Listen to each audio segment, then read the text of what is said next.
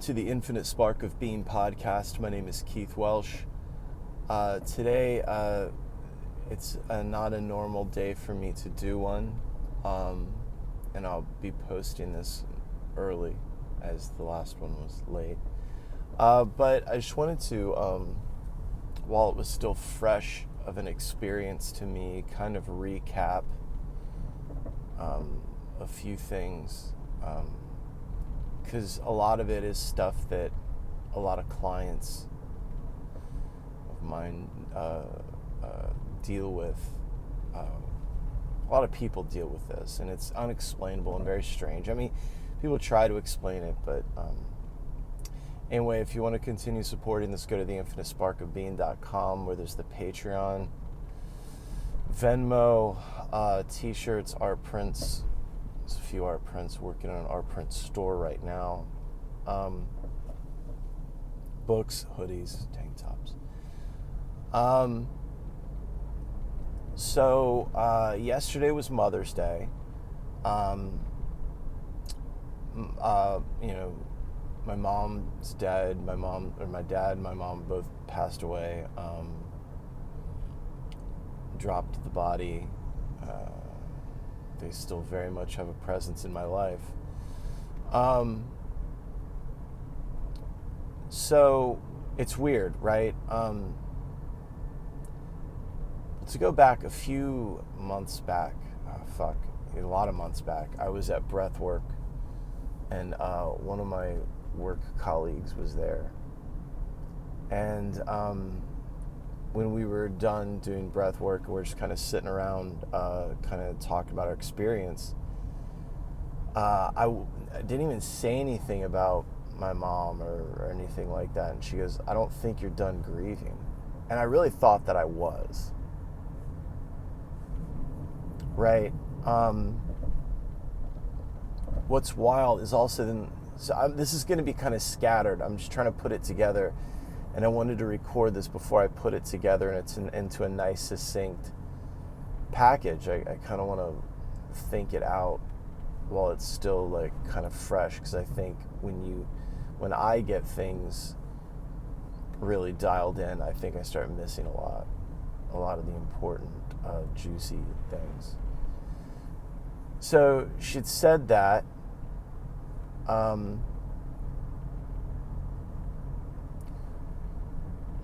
Which I kind of didn't think. I thought that I was fine up until that moment, right? Like I was like, what do you mean?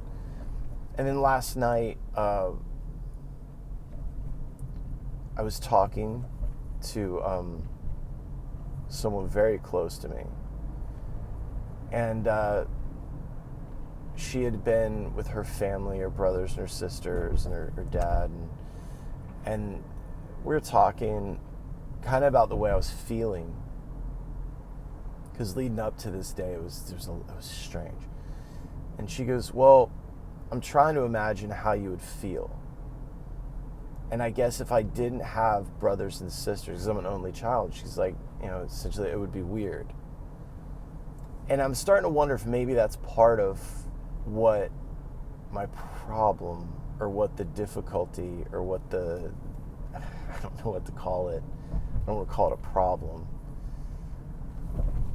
But I'm wondering how much is contributing to the way that my body feels at times with these sorts of things. Like, is it because I don't have family anymore? I mean, I have cousins, right? And if you asked one of them, they'd be like, "Yeah, we're absolutely family." But I don't have kids, and I don't have siblings, and I don't have any grandparents, and I don't have any parents. And I was never particularly close to my aunts or my uncle, which is my cousin's dad. And when I go to holiday things, I feel very much like an outsider, and I know that it's just my perception of it, and that it's not. They're my family. They love me so much. Like, there's no doubt in my mind how much they love me. But the nervous system, whatever it is, the way the nervous system and my mind are working together, in those moments, it is as if I am on the outside of their family. right? Like they have kids, their kids don't have kids yet, but they have kids, and my aunts and uncles are those children's grandparents. So it's this unit for them, which, that's how it is. You get your parents and you get your grandparents, and everyone else is outside of that. So I very much feel that way. So that kind of lays out where I'm at.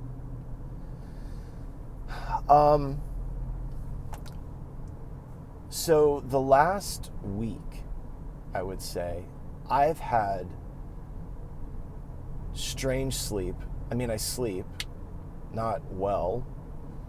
I think my REM is like at times is like fucking 40 minutes, 20 minutes, but I'd sleep like 7 hours. 7 hours of sleep with no REM is like, bro, are you even sleeping? So, and then the dreams were very thick and heavy and real, but I can't remember any of them.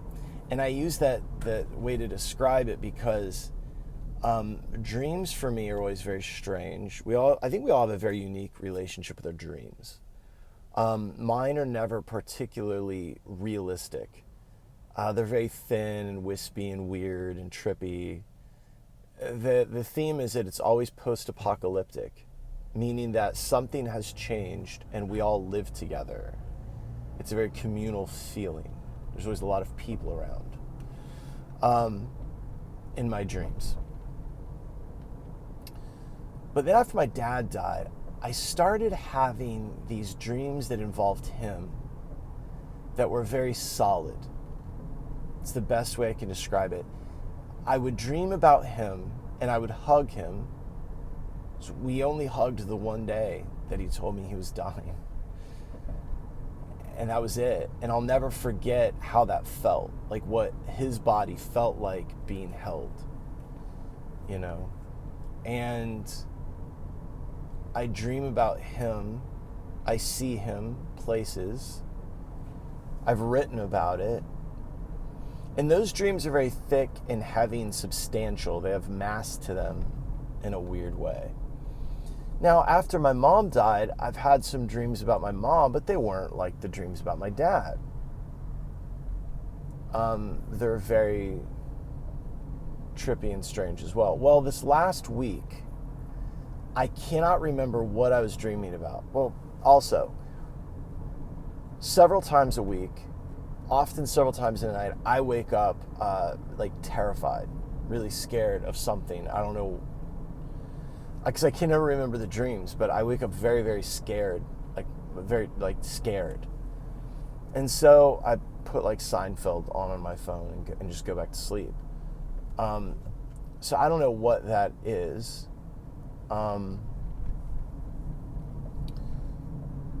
But this week, I know I wake up feeling that way, and I know that I've been dreaming, and I can kind of see the pictures of the dream in my head, but I don't know what they are. They're like blurry, and it's just colors, and they're very heavy and very substantial, and they are scary and uncomfortable, and I hate them. And me and the person I was talking to last night, she was saying that like usually that she had read that meant that you were dreaming about something that actually happened to you, which fuck. I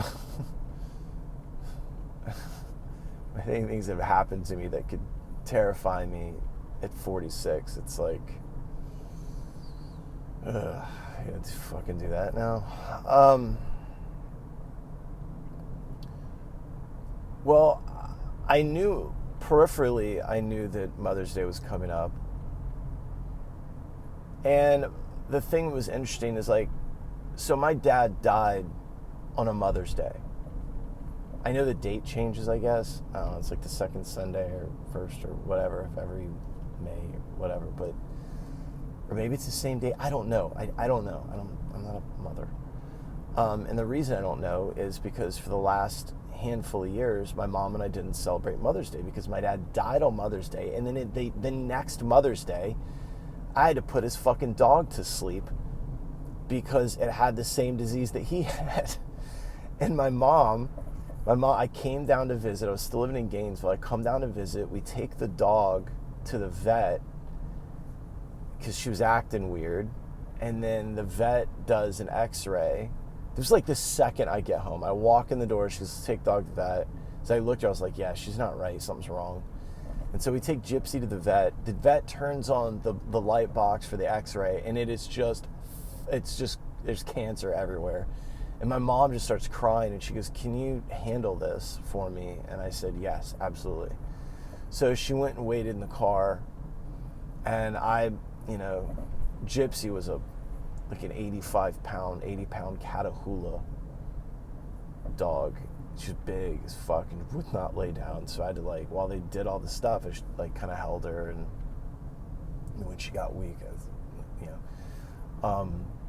I've had to do that 6 times with dogs in my life. It's always fucking brutal.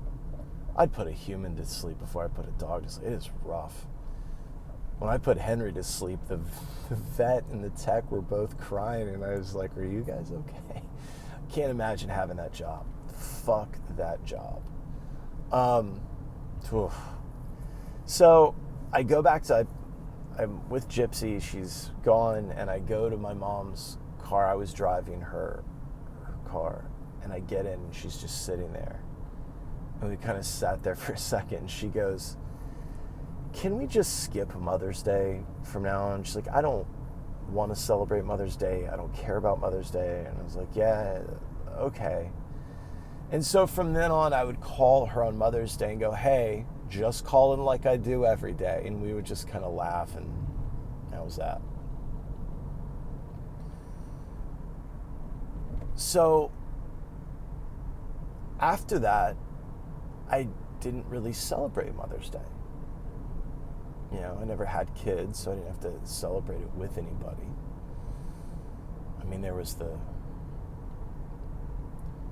Mulligan, or the Whoopsie-Doo marriage I was in for about 4 months, where there was kids involved, but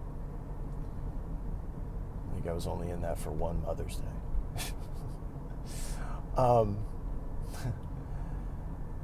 Anyway, so the last week I've been having these crazy, and I haven't been feeling right. Something's off. I don't feel good.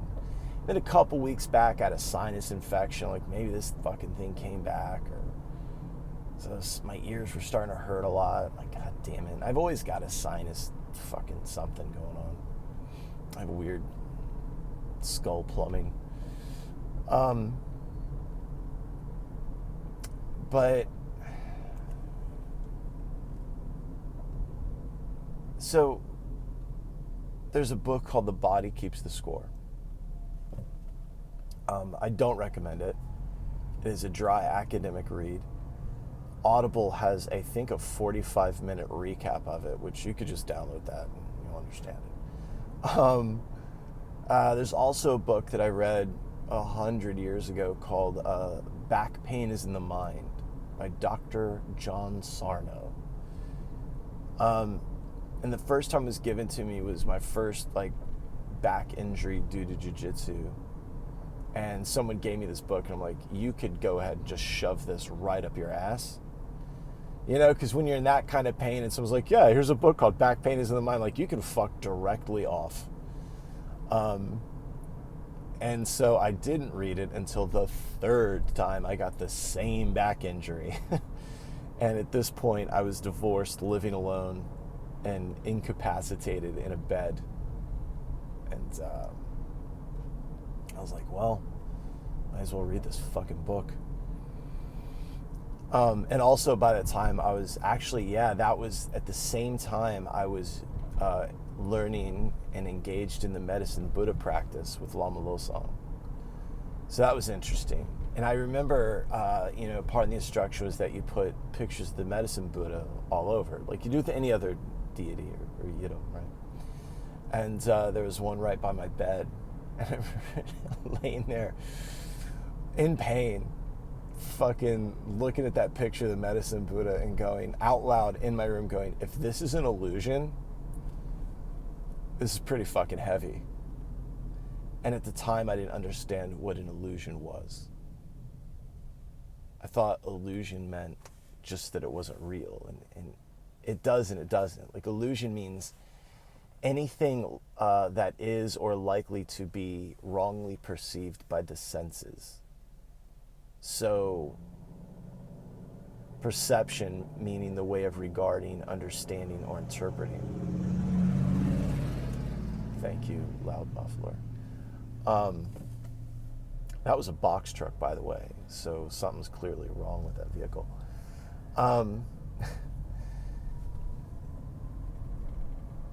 So am I perceiving this physical pain improperly? On a lot of levels, yeah. Anatta, and then anatya, anicca. Oh fuck, I'm fucking words up. I'm sorry, I haven't had enough caffeine. It's the idea that, like,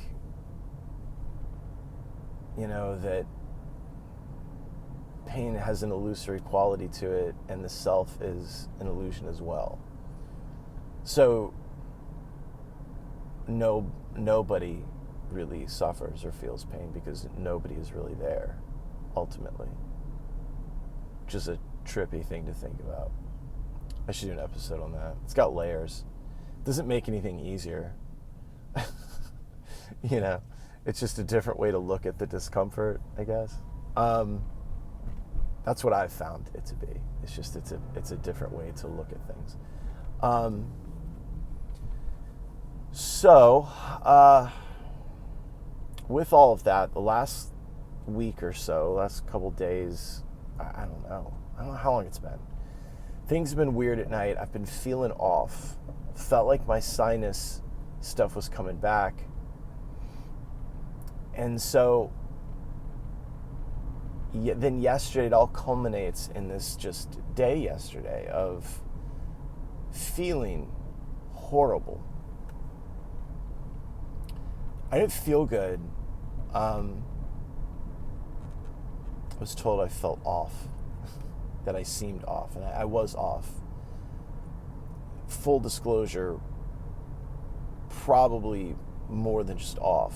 I felt not just depressed, but that, you know, depression. I'm feeling better today, but I feel the physiological feelings of depression. I feel depressed, but I would say it's like a 6 and not a 10. I don't know.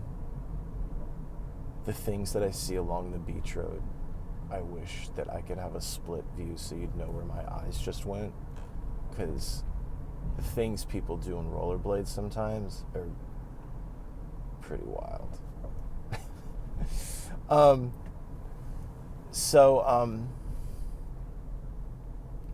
Yesterday, just kind of going through it, feeling like shit, but I had decided I was going to take a pilgrimage out to my parents' house, which is usually when I run the levee. They lived on the rim canal of Lake Okeechobee, and then the levee between the rim canal and the lake is this tall levee, like a dike that holds the lake back, and the top of it's paved. I think it's like 100 miles all the way around. They do marathons and bike things around it.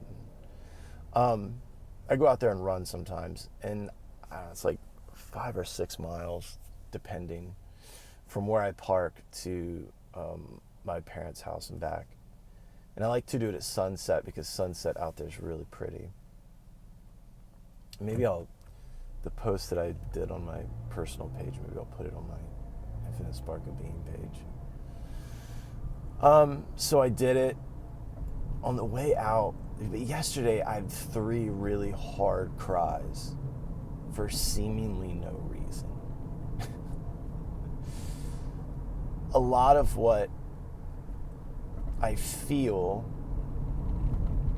what my mind says when I'm feeling these feelings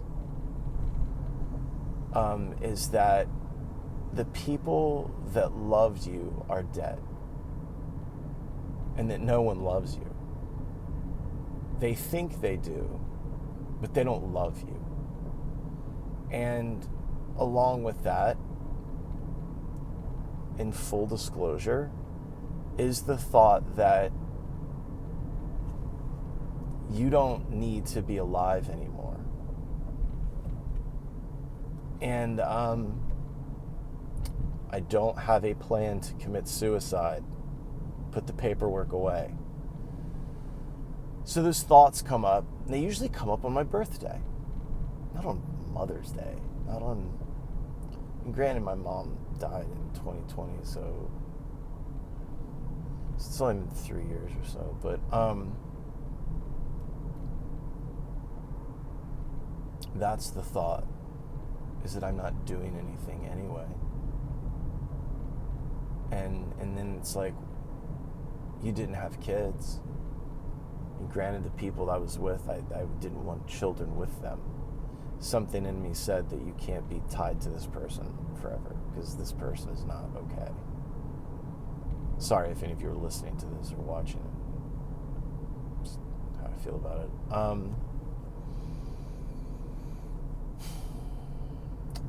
So those are the feelings. I'm watching mayhem just unfold in front of me.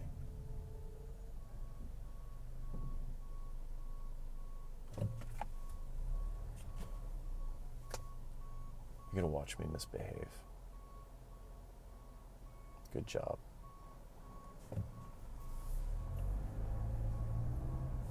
Jesus Christ. The fuck was that? Some straight bullshit just happened in front of me. Anyway, so those are the thoughts, that everyone that loved you is gone and there's no reason to be alive. And there's a piece of me, even as I'm saying it now, it's like, well, that's not true, because there's this. But if I'm honest, right? Like, the thing I always tell people is the quiet voice is the one that's usually right. That's God. The loud voice is the one that's the scared small self. And right now, the quiet voice says, I don't even know if I'm saying this right, the quieter one. It's like, everyone that loved you is dead. And then there's a louder voice that goes, no. There's people that love you, but they don't love you the way these people loved you.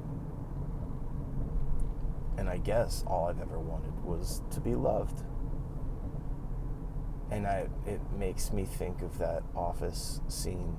They made a meme out of it. I put it in my personal one post about my run, where it was like, well, where Andy says, I wish we knew we were in the good old days when we were in them, or something to that effect. You know? I never doubted that my parents loved me. This is starting to feel very, like, pity party-ish. Anyway, so I go on the run, but as I'm driving out there, what was wild yesterday is there's a woman, an ex-client, I don't know if she listens to this,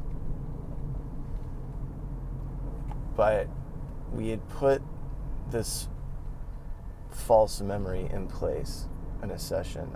I do a spooky trauma thing with people.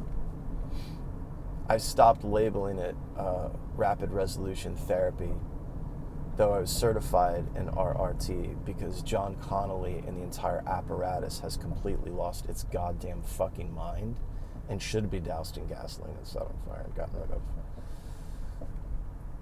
What I do is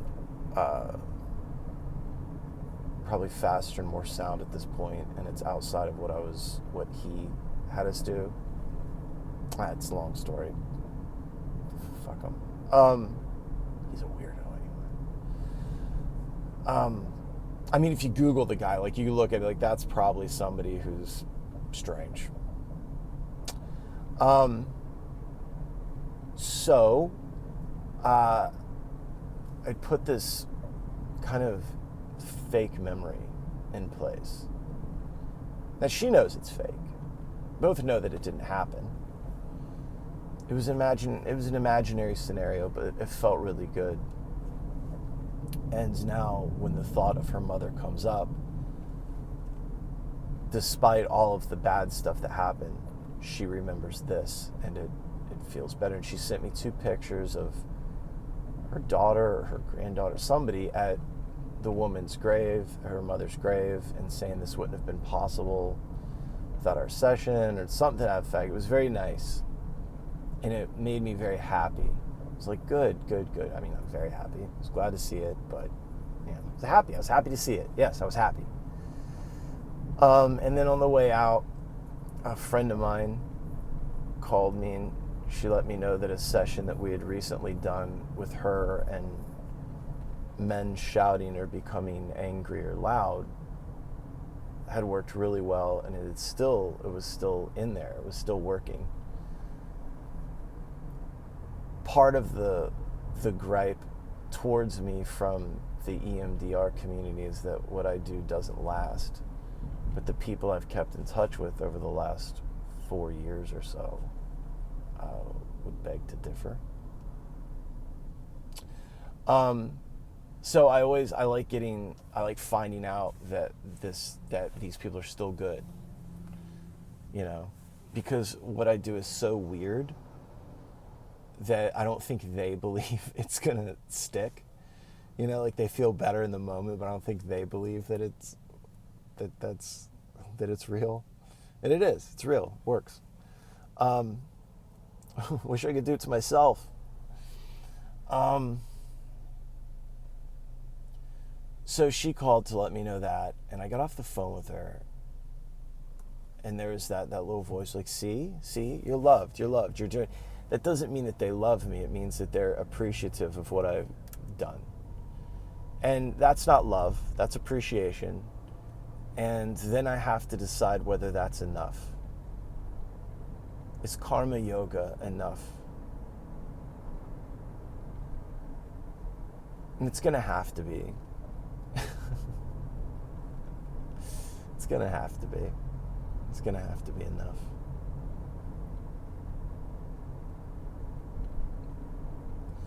Yeah. That you just do the path of service, and that's that. Yeah.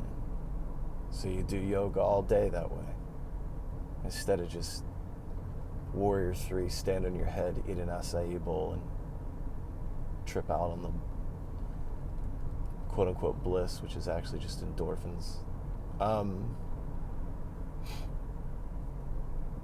Yeah.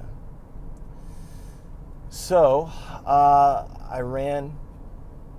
Yesterday's a weird blur. I think it's because my nervous system was doing so much yesterday. So, yesterday was a blur. Having trouble remembering everything from yesterday. It's wild how that works.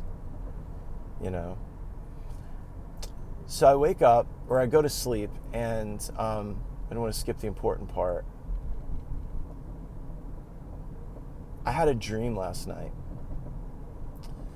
And I remembered a lot of it in a way. This person who I'm extremely close to and I were in a parking lot with a lot of other people, and it was like we were camping or on vacation or some kind of thing. And she drives a Jeep, and that's important for a reason. Anyway, there's a voice comes over a loudspeaker, goes, "Hey, everybody meet us by this," and the vehicle was called a telemetries, I don't fucking know, some crazy word. And in the dream I knew what it was.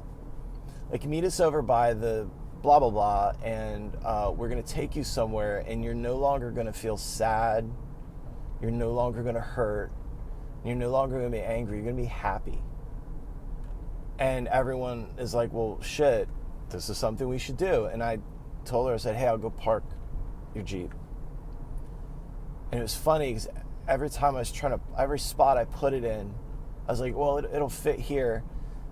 The Jeep was in like some cockeyed position where I was like, don't get out yet, because if you get out, this thing's going to roll over on its side, because, you know, Jeeps are prone to rolling over. I'm like, well, you can't leave it here because it's going to roll over. And so it's me like trying to park this fucking thing in different, like, what the fuck? Every time I get it in a spot, it was like sitting where I'm like, I can't leave it here. I can't leave it here. And I ended up just, and I'm like, fuck, I'm going to miss the transport. And we're gonna miss the transport to go never be sad again, or whatever the thing was. And I essentially the dream like gave up and woke up. I was like, fuck it. I woke up. I felt a little clearer when I woke up. I was a little like, I was better. As I was laying there, I was comparing it to, all right, how did I feel yesterday? This is how I feel today. It's something I do when I'm depressed. I start comparing, and the comparison is what makes me okay. Because I go, okay, I don't feel, or like if I feel worse, like, well, I didn't always feel this bad, so it stands to reason that I'll feel better in the future. I just have to be patient. And so this morning I woke up and I was like, all right, well, I feel better now, right now, than I did yesterday. So I'm improving. Things are okay. And so I was really noticing, comparing, and saying, man, it really may have been that the body keeps the score. The body works like a clock. And that when you get close to these certain dates, everything gets a little fucking weird. And then if you think about that, so here I am approaching Mother's Day, the day about mothers, and just so happens to be the holiday in which my father died. And I know in saying that, that's a lot. And there's a piece of me that thought up until a couple hours ago that I was above that. That I had processed everything. That's why that colleague of mine saying, I don't think you're done grieving, was so weird to me. See, I feel like I have to lay a bunch of things out and then it'll make sense in the end. When she said that, I remember thinking like, well, that's not real. Like, of course I've grieved. Like, what are you talking about? I feel fine. And on one hand I do, and on another hand I don't. And then on top of like the,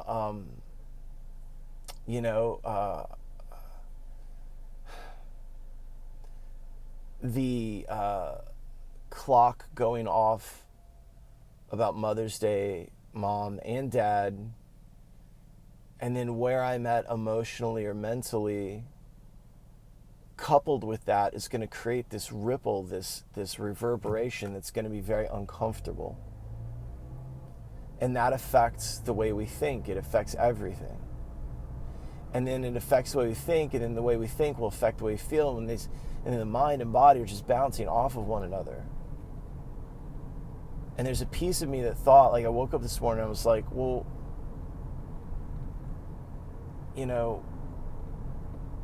that's interesting. I thought I was past this. Oh, and the other thing about the dream was this. I remember trying to park the Jeep and thinking, wait a minute. Like the whole time I'm trying to park it, I'm having these thoughts in the dream where I'm like, I don't want to not be sad. I don't want to like not feel discomfort or any of those things. Like that's part of being alive. And we're having those thoughts very clearly in the dream going, wait a minute. And I'm still trying to park it, because, there's a piece of you that, doesn't want to be sad anymore. And then I remember thinking, well, that's fucking ridiculous. Why would you never, ever want to be sad again? Or why would you want to be free of sadness and discomfort and suffering? That's like so much of life is built on that as a foundation that improves you in so many ways and gives you these great experiences later on. You're going to have to go through the sadness of loss, the pain of loss, in order to find happiness again, and all this. I don't know. It was just this thought process.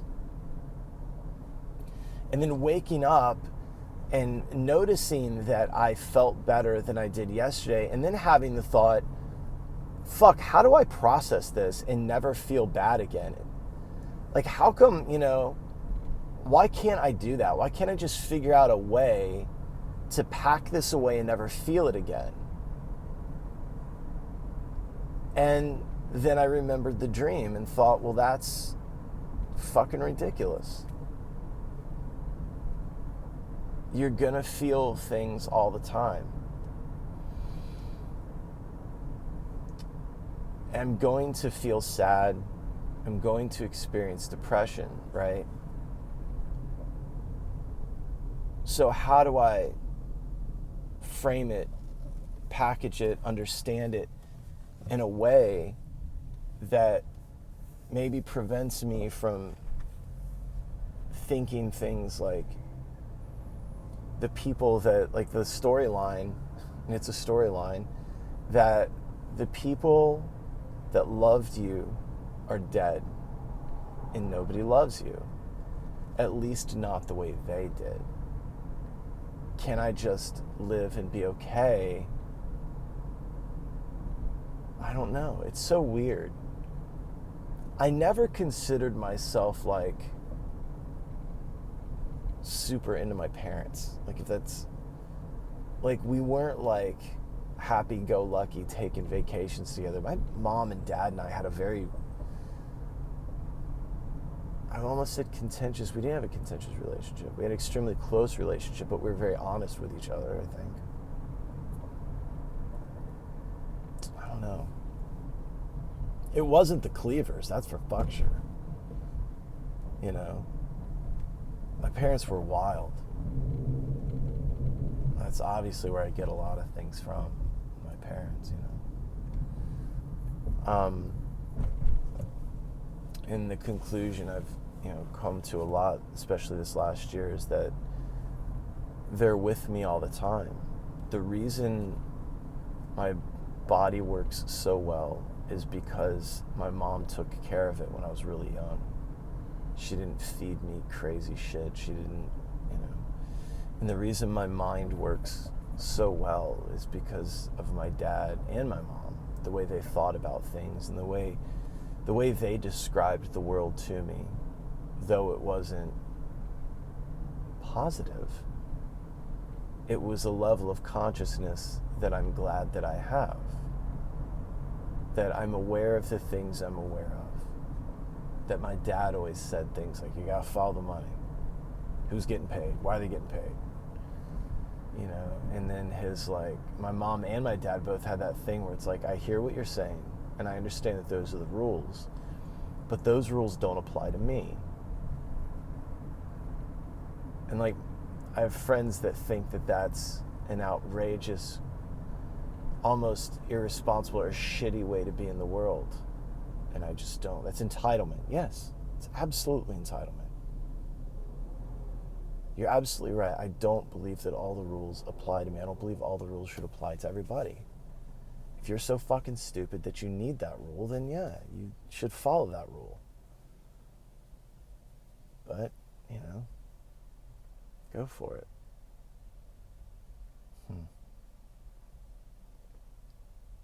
Anyway. So this is just part of it.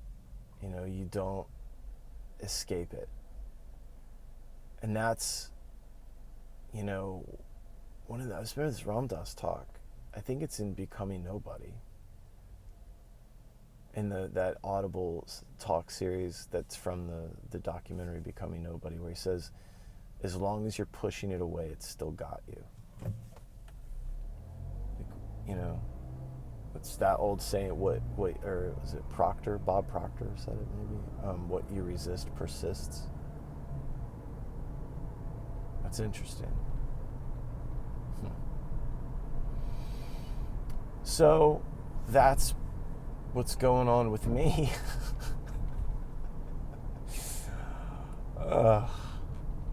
Man.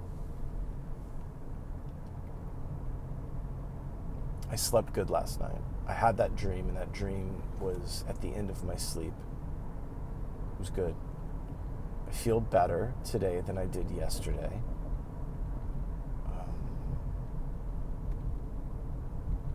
So there's that.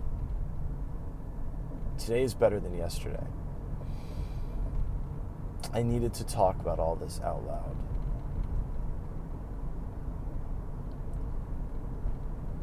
And, may all beings benefit. Right? That, in Buddhism they talk about like cultivating or the accumulation of merit is for the benefit of all. I don't know what the word merit means, but hopefully the things that we go through, the way we go through them skillfully or not, and then the ability to share those things with people to somehow shift perspective so that people become aware of things that they maybe weren't aware of before. That's the benefit. And you accumulate merit through pain, maybe. That as I hurt, I learn. And since I'm not too obviously running from pain, maybe I can learn something. And that if I can learn something and I can share it, that's got to be valuable. And that's karma yoga, the path of selfless service. You just stay in service and you don't attach to the outcome, and either the service is helpful or it's not, but you just stay with the intention of being of use, service, whatever.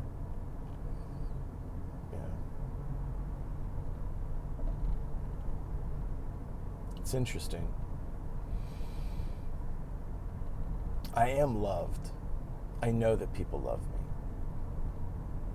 They've told me. Right?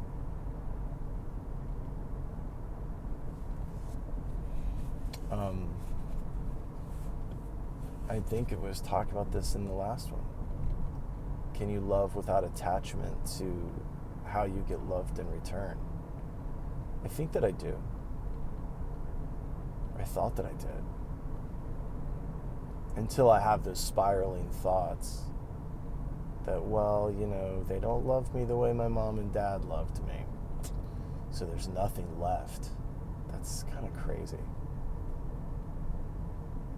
And it's very earthly, it's very materialistic, because this incarnation is just one of like millions. I mean, they just played the roles of my mom and dad just this time. So you have to stay awake on earth doing the work. You can't just turn it off. Can't go for the hard reset just because it's not. I don't know. I know that I'm loved. I know I am. And I know that I help people. I don't know if this helps people, but I know at work I help people. I don't know if this does anything, but at work I know I do. I know that I do.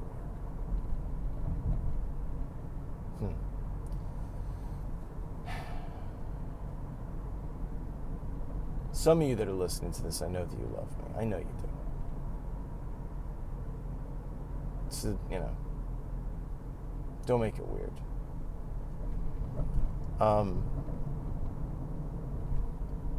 Yeah. It's interesting. My foot's been bothering me. There's this pain in my foot that's been there my whole life. And no, it's not just because I run barefoot. Fucking wise asses. It's just, I don't know. I've done a lot of things with my feet. So it's been bothering me. So yesterday my run wasn't like as strong as I would have liked it. And I'm not going to run today. Running allows me to escape a lot of things. I think it's very telling that today I can't run. Today I just can't run. You're just going to have to sit here and... Damn. That was wild.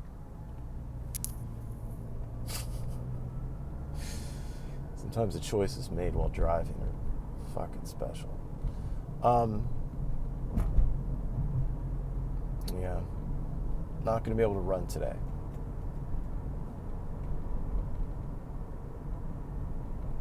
It's weird, like, when I feel like this, it's like, all right, well, can I run today? Can I work out today? It's like, no, just, why don't you just fucking relax? I'll work on the book today. Yeah, probably do that. Anyway, what am I at? That's 45 minutes. Shit, I'm sorry. I went a bit longer than I needed to.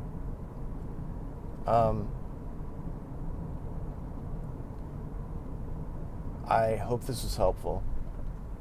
I hope that it, may all beings benefit. Hopefully that some of this made sense for you guys. I hope that, we consider, I've said it to clients so many times that the body's a clock, and when you get close to these dates, you're gonna get squirrely. But why am I getting more squirrely over the years? Why does each birthday get a little fucking squirrelier? Why is this Mother's Day such a fucking hassle? What's going on? All right. I love you guys. If you have any questions, comments, more reasons why I'm a lizard person and a member of the Illuminati, reach out, DM me on Instagram, email me through the website, unless you're selling SEO. If you're selling SEO or you work for a Filipino literary agency, just fucking save it. I'm good. All right. I love you guys. Bye.